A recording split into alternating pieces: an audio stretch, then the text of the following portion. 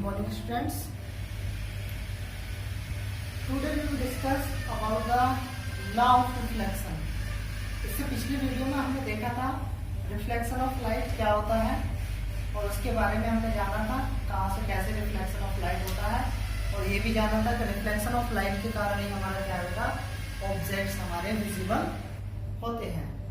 हमारे ऑब्जेक्ट का विजिबल के दो ही कारण हमने बताए थे, या तो वो हमारे रे लाइट को इमिट करते हो या फिर वो क्या करते हो बेटा, रिफ्लेक्ट करते हो। ठीक है, तो हम इसमें जानने वाले हैं law of reflection, laws of reflection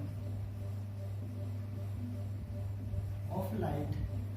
light के रिफ्लेक्शन होने के बेटा जो नियम होते हैं, रिफ्लेक्शन होते समय लाइट क्या कुछ नियम फॉलो करती है, तो उनको हम बोलते हैं law of reflection.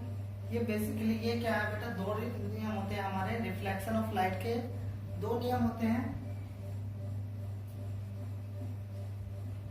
First law की हम बात करेंगे, पहले हम डायग्राम से देख लेते हैं बेटा। रिफ्लेक्शन ऑफ लाइट हमने डायग्राम में बताया था। हमारे पास ये प्लेन सरफेस है जो नीचे से पॉलिश्ड सरफेस है, जैसे ग्लास सरफेस है, नीचे से क्या हमने क्या हुआ है, ये पॉलिश किया हुआ है। ठीक है, इस पर किसी सरफेस पर किसी भी पॉइंट पर हमने एक पॉइंट बना हुआ है, इसको हम बोलेंगे इंसिडेंट पॉइंट। ये हमारी रिफ्लेक्टिंग सरफेस, ये हमारी सरफेस कैसी है बेटा, रिफ्लेक्टिंग सरफेस, नीचे से पॉलिश्ड है ये ग्लास सरफेस जो है। ठीक है, ये हमारा इंसिडेंट पॉइंट है, पॉइंट ऑफ इंसिडेंस इसको बोल देते हैं हम। यहां पर हम रे लाइट को डालेंगे, पॉइंट ऑफ इंसिडेंस। हमने यहां पर क्या किया बेटा, एक रे लाइट को इंसिडेंट किया है।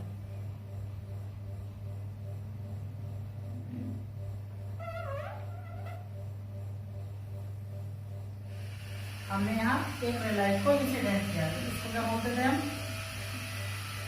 Incident ray. Point of incident पर ये सरफेस के परपेंडिकुलर एक नॉर्मल डालते थे हम।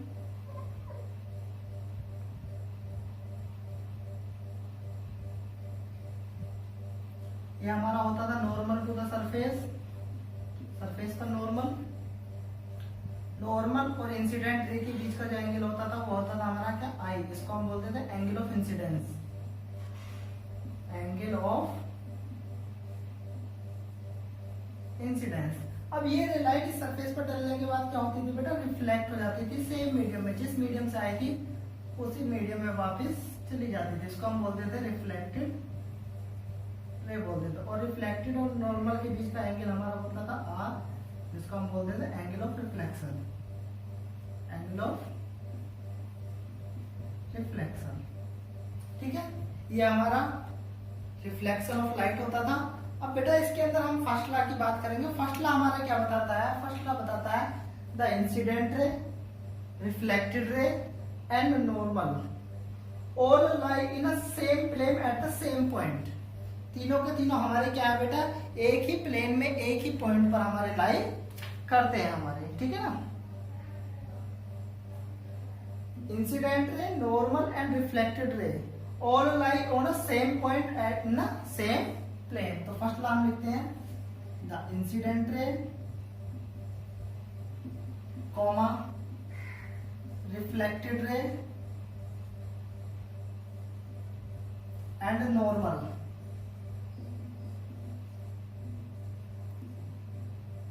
all lie in a same plane। ये सारे तीनों के तीनों हमारे क्या है बेटा, एक ही प्लेन पर लाई करते हैं। आगे इसको लिख सकते हैं at the incident point, at the point of incidence, point of incidence पर तीनों के तीनों हमारे लाइट करते हैं। सेकेंड लॉ जो होता है बेटा, सेकेंड लॉ हमें सिंपल बताता है इसका,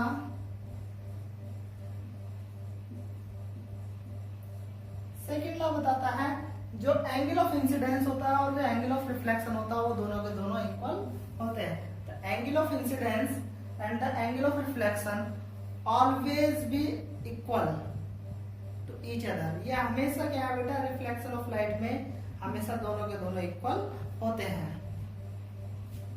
the angle of incidence is always equal to the angle of reflection, that is हम कह सकते हैं क्या बेटा इसमें angle I equals to angle R। हमारा I इक्वल्स टू किसके होता है, एंगल R के इक्वल होता है। तो बेटा ये हमारे दो नियम होते हैं रिफ्लेक्शन ऑफ लाइट के। आगे हम इसमें देखेंगे रिफ्लेक्शन, इन्हीं के बेस पे हमने क्या बेटा रिफ्लेक्शन कितने टाइप का होता है, उसके बाद हमें मिरर वगैरह के लिए देखना है कैसे हमारा इसमें रिफ्लेक्शन होता है। आज के इस वीडियो के लिए बेटा इतना ही। Thank you.